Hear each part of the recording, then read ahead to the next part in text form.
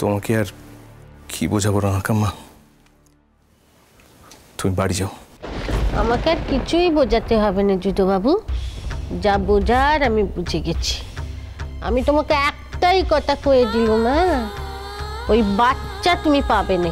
হ্যাঁ, আমিও দেখতে চাই তুমি কত বড় পণ্ডিত আর আমি কত বড় মুখ্য। তোমার মতো পণ্ডিতের কথা থাকে নাকি আমার মতো মুখ্যুর কথা থাকে, আমিও দেখবো। হ্যাঁ, দাদা বৌদি ফোন করেছিল?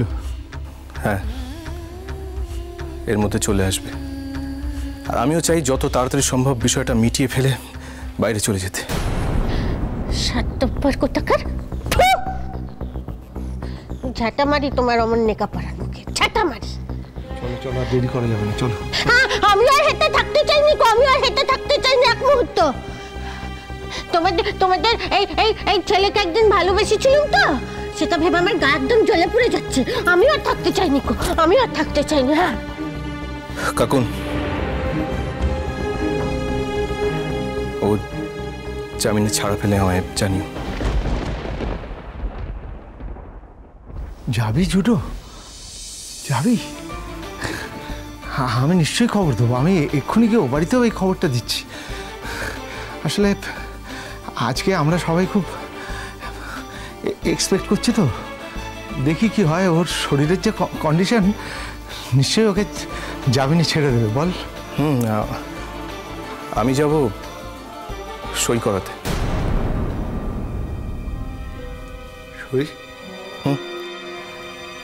সই ডিভোর্স পেপারে।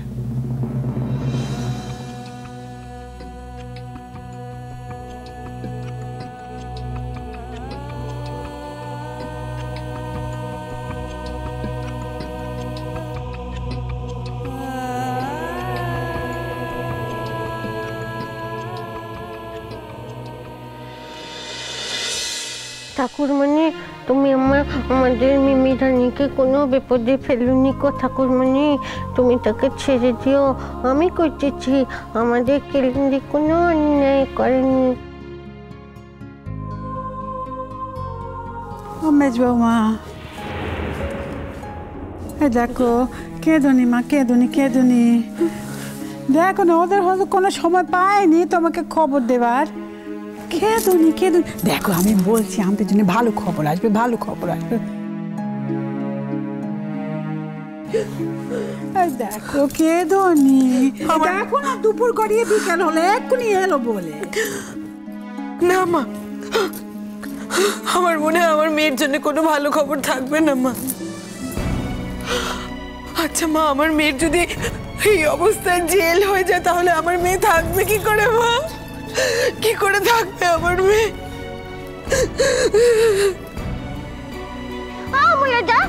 আচ্ছা, আপনাদের পাল্লায় পড়লুম তো। হ্যাঁ, একটু মিমি রানীর জন্য ঠাকুরমণিকে ডাকছি, কাচর কাচর কাচর কাচর করে কানের কাছে পাঁচালি পড়েই যাচ্ছে। তখন তাকে পাঁচালি গাইছে। ও স্যার, দেখো না, মিমি রানীর জন্য একটু ঠাকুরের কাছে প্রার্থনা করছি, এরা কেমন আটকাচ্ছে। পারি। কি হবে তোমার ঠাকুরকে দেখে? কি হবে বলো? তুমি তো নিজের কানে শুনেছো মিমির বর কি বলেছে। সে তো স্পষ্ট বলে দিয়েছে সে আর আমার মেয়েকে ফেরত নেবে না।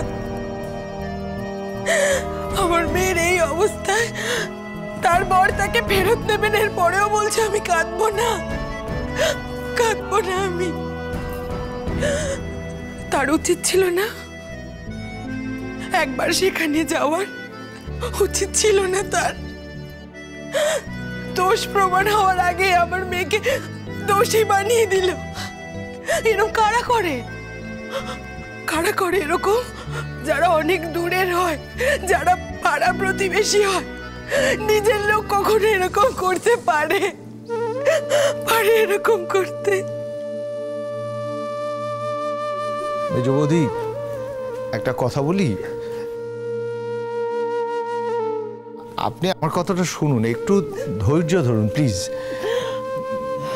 উচ্চারণ করতে খারাপ লাগছে, কিন্তু দেখুন আমাদের মিমি তো বর্ন ক্রিমিনাল নয়। মানে যদি কিছু করেও থাকে ও ফাঁদে পড়ে করেছে, তাই আমি আমি আমি শিওর যে কোর্ট এই বিষয়টা যথেষ্ট সহানুভূতির সঙ্গে বিচার করবে, দেখবেন। আর একটা কথা বৌদি, স্বামী স্ত্রীর ব্যাপার তো, এখানে সত্যি কথা বিশ্বাস না, বিশ্বাস একটা খুব বড় রোল প্লে করে। তো সামাও আমাদের জুডোর সেই বিশ্বাসের জায়গাটা মানে মানে খুব একটা বড় আঘাত লেগেছে। ও তো কখনো ভাবতে পারেনি যে ওর জীবনে এরকম একটা ঘটনা ঘটবে। তবে টাইম হিলস, সময় সব কিছুকে বদলে দেয়। নিশ্চয়ই দেখবেন সময় আস্তে আস্তে সব কিছু ঠিক করে দেবে। তবে চিন্তার কারণ একটাই, আমার নিজেরই ভাইপো তো, আমি ওকে খুব ভালো করে চিনি। একবার ও কারোর দিক থেকে মুখ ফিরিয়ে নিলে সেদিকে যে ও ফিরেও তাকায় না, এটাই মাঝে মাঝে আমাকে খুব চিন্তায় ফেলছে। তাও আমার মনে হয় না না ও দেখবেন বাচ্চাটার মুখের দিকে তাকিয়ে ও মিমির সঙ্গে পুরো ব্যাপারটা একদম মিটিয়ে নেবে। তো বাবা যদি মিটিয়ে নেয়, যদি মানিয়ে নেয়, ওর সংসারটা তো মোটে আগের মতো হবে নি গো, মোটে হবে নি। হ্যাঁ, সারাটা জীবন ওই নাচ জামাইয়ের দয়া বাঁচতে হবে না, কি যে হল।